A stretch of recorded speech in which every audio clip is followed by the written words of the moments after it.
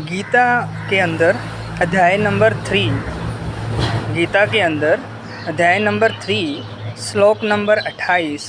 अगर ये गीता का श्लोक आपको अच्छे से समझ आ गया तो इसके अलावा गीता के अंदर और कुछ ऐसा नहीं है जो समझ नहीं आएगा।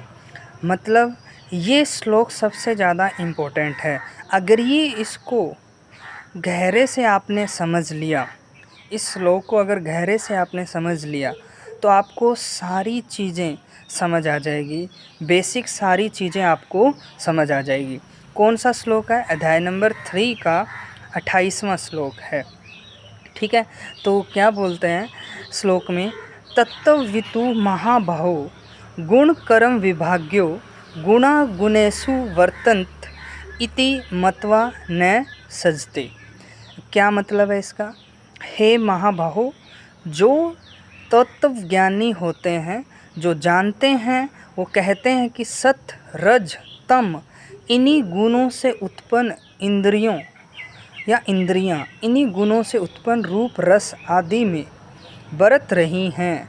ये जानने वाले फिर आसक्त नहीं होते, कहीं पर जाकर के मोहित नहीं होते। ठीक है, तो आचार्य प्रशांत जी ने क्या इनका काव्यात्मक अर्थ दिया है? गुणों से सब दृश्य हैं, गुणों से ही दृष्टा आया, सब गुणों से हैं तो फिर कर्ता कहाँ से आ गया?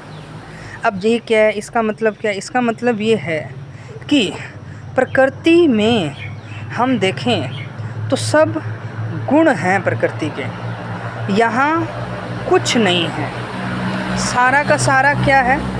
प्रकृति मात्र है।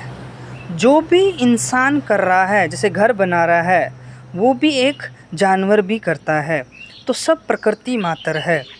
अगर जो जान गया ये सब प्रकृति मात्र है, वो अहंकार से मुक्त हो गया, वो है ही नहीं, वो शांत हो गया, वो मुक्त हो गया। तो जो भी चल रहा है वो सारा क्या है? प्रकृति मात्र है।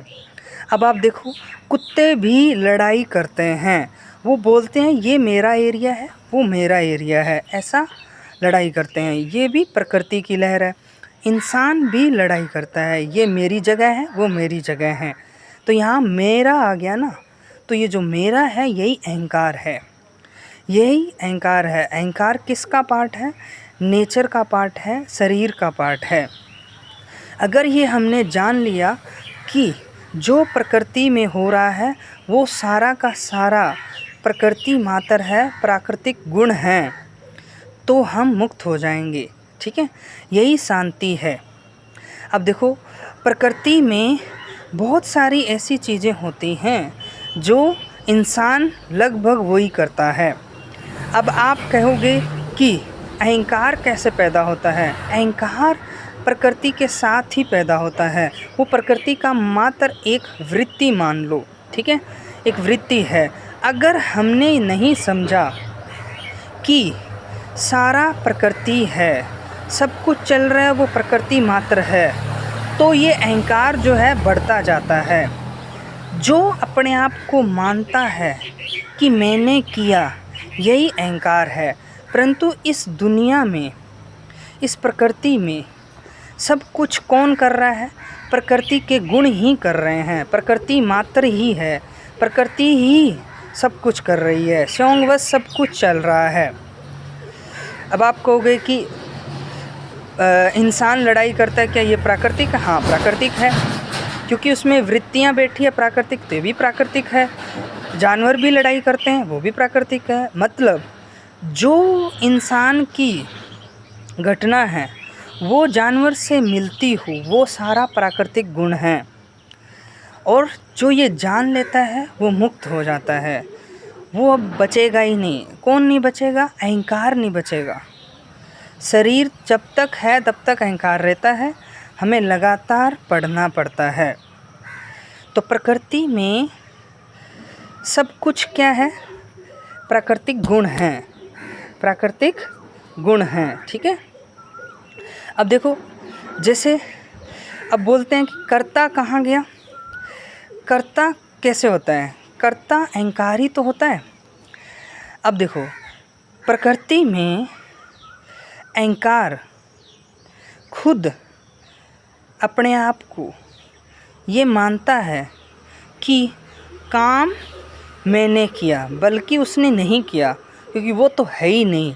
अगर ये जान लेते हो कि वो है ही नहीं तो आप उससे मुक्त हो जाते हो। अगर नहीं जान पाते हो और ऐसे बोलते हो कि ये मैंने किया, मैंने किताब उठा के यहाँ रख दी, मैंने ये किया, मैंने नेचुरल प्रोसेस किया, मैंने आम तोड़े, मैंने ये किए, तो ये क्या है? मैंने किया। यही अहंकार को निर्मित करता है। आपने कुछ नहीं किया, जो भी हो रहा है वो प्रकृति में हो रहा है, प्रकृति मात्र है, प्राकृतिक गुण हैं। आपने कुछ नहीं किया है, क्योंकि आप हो ही नहीं। जब ये जान लेते हो आप हो ही नहीं तो आप मुक्त हो जाते हो। तो कौन मुक्त नहीं होता है? जो ये बोलता है कि ये मैंने किया, इसमें मैं आ गया ना। जहाँ मैं आ जाए, तू आ जाए, आप आ जाए, तो वहाँ अहंकार निर्मित हो जाता है। वो क्या करता है? प्राकृतिक में जो भी चीज़ चल रही है उसमें नोच घोंच या उसमें क्या करता है? परेशानी करता है, उसमें उंगली करता है। समझ में आ रहा है? और जैसे नेचर में हवाएं चल रही है, सब कुछ चल रहा है, तो उसमें अहंकार जाके उसको छेड़ता है। जब छेड़ता है, इसी कारण फिर नेचर बर्बाद होती है। पृथ्वी आज बर्बाद हो रही है, किसके कारण? अहंकार के कारण ही बर्बाद हो रही है। टेम्परेचर इतना क्यों बढ़ा हुआ है? अहंकार के कारण ही बढ़ा हुआ है।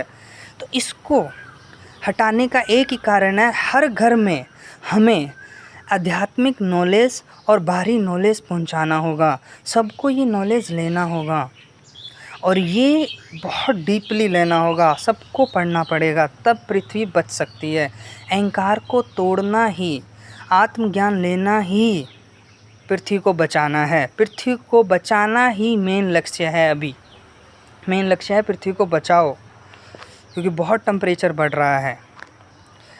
तो यही श्लोक है जो सबको अपने अहंकार से मुक्त कर सकता है। जिसने ये गहरे से समझ लिया वो मुक्त हो जाएगा।